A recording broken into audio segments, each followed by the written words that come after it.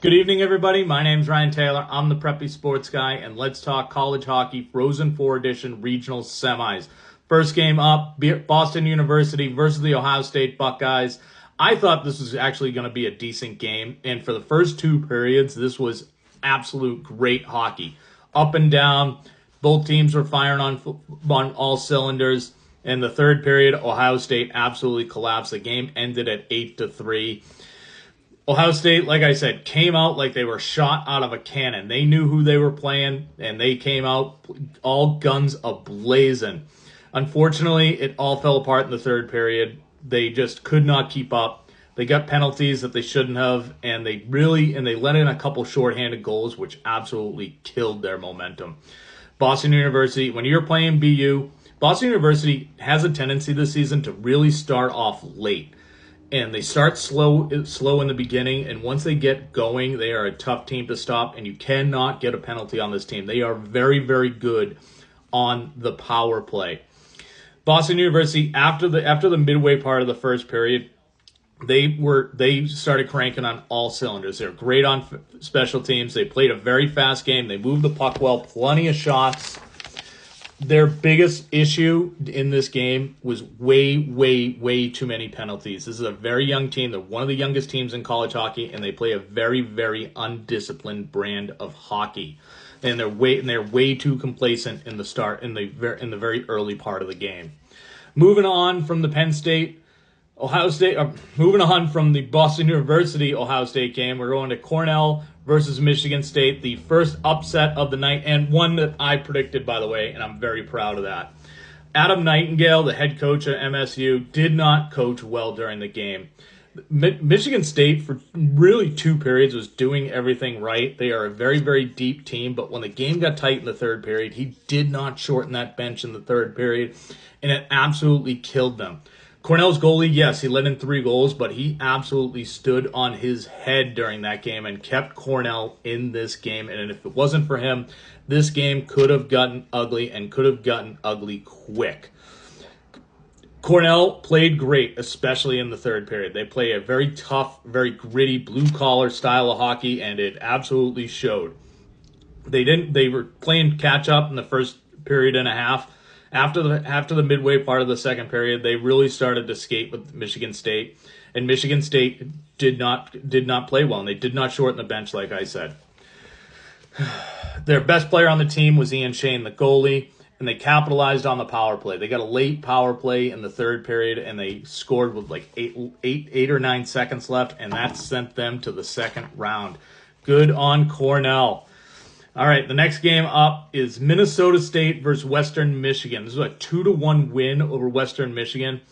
Minnesota State gave up a power play goal in the first period. Alex Tracy put on a clinic behind the net. He was the best goalie of the regionals by an absolute mile. Western Michigan was throwing everything, including the kitchen sink, at this kid, and he stopped him for 3 periods plus 2 overtimes. It was unbelievable. Western Michigan scored on the power play, won it in overtime, did everything right. They just ran into Alex Tracy, who was the best goalie in the regionals, stood on his head.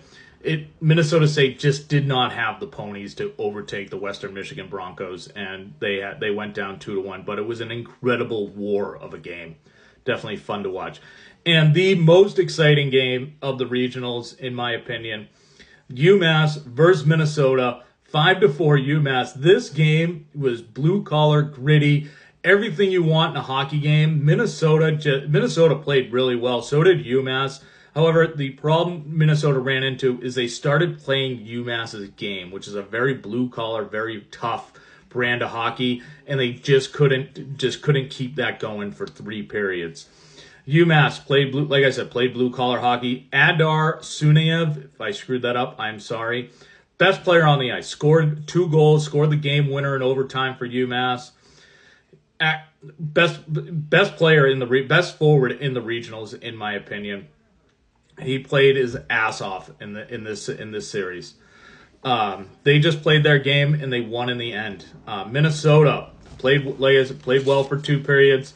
Took their foot off the gas in the third, and it really did show because UMass was down by 2 goals, and they took the lead in the third period, and Minnesota had to play catch-up after that.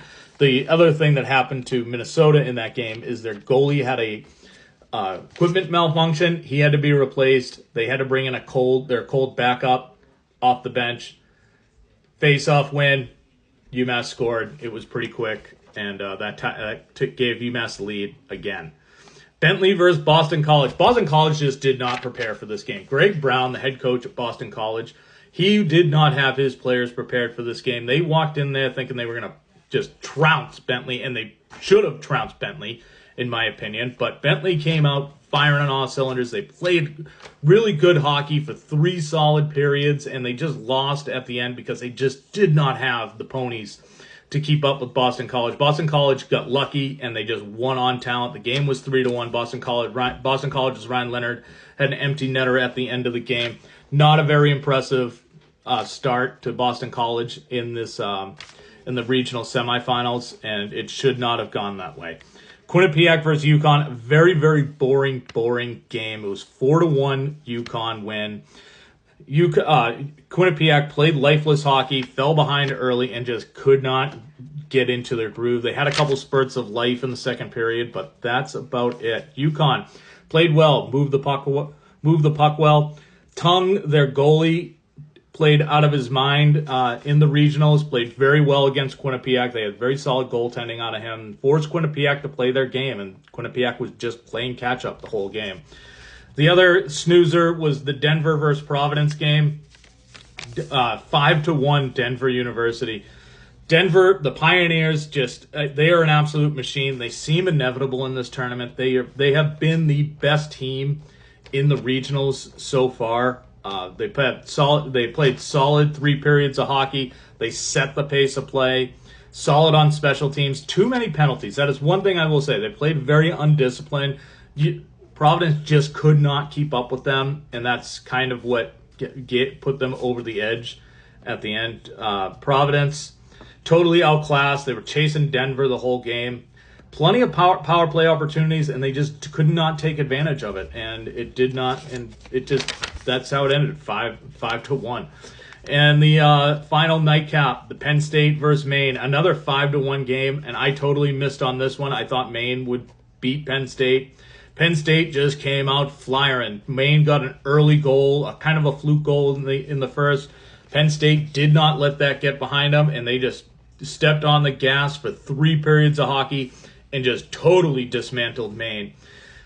Awesome on the power play. Didn't get rattled early, like I said, and they had very solid goaltending. Maine scored early on a fluke goal, too many penalties, poor special teams hockey, and was chasing Penn State all night, and that's how it ended. Good night, guys. I had so much fun watching these regional semis and regional finals. I'll have more for you tomorrow. Bye.